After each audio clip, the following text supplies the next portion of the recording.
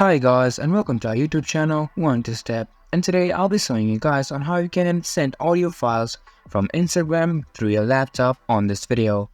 Now to do so, just follow some simple steps. First of all, you just have to log into Instagram on your PC on your Google browser. After that, log into your Instagram account and open it up, and you'll be on the home page of Instagram. And from here, go on to messages, which is on the left side of the screen, and now select the person that you want to send the voice message to.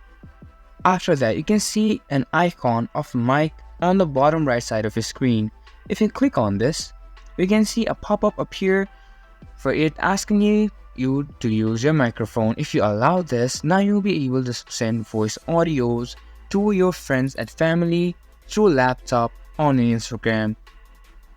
And now that's how you can send audio files from your Instagram on laptop to your friends or family. This much for this video, and I hope you guys find the video helpful. If you do, make sure to leave a like, subscribe to our YouTube channel and hit the bell notification. And don't forget to drop a comment for review, and for more content like this, see you guys in our next video. Thank you for watching.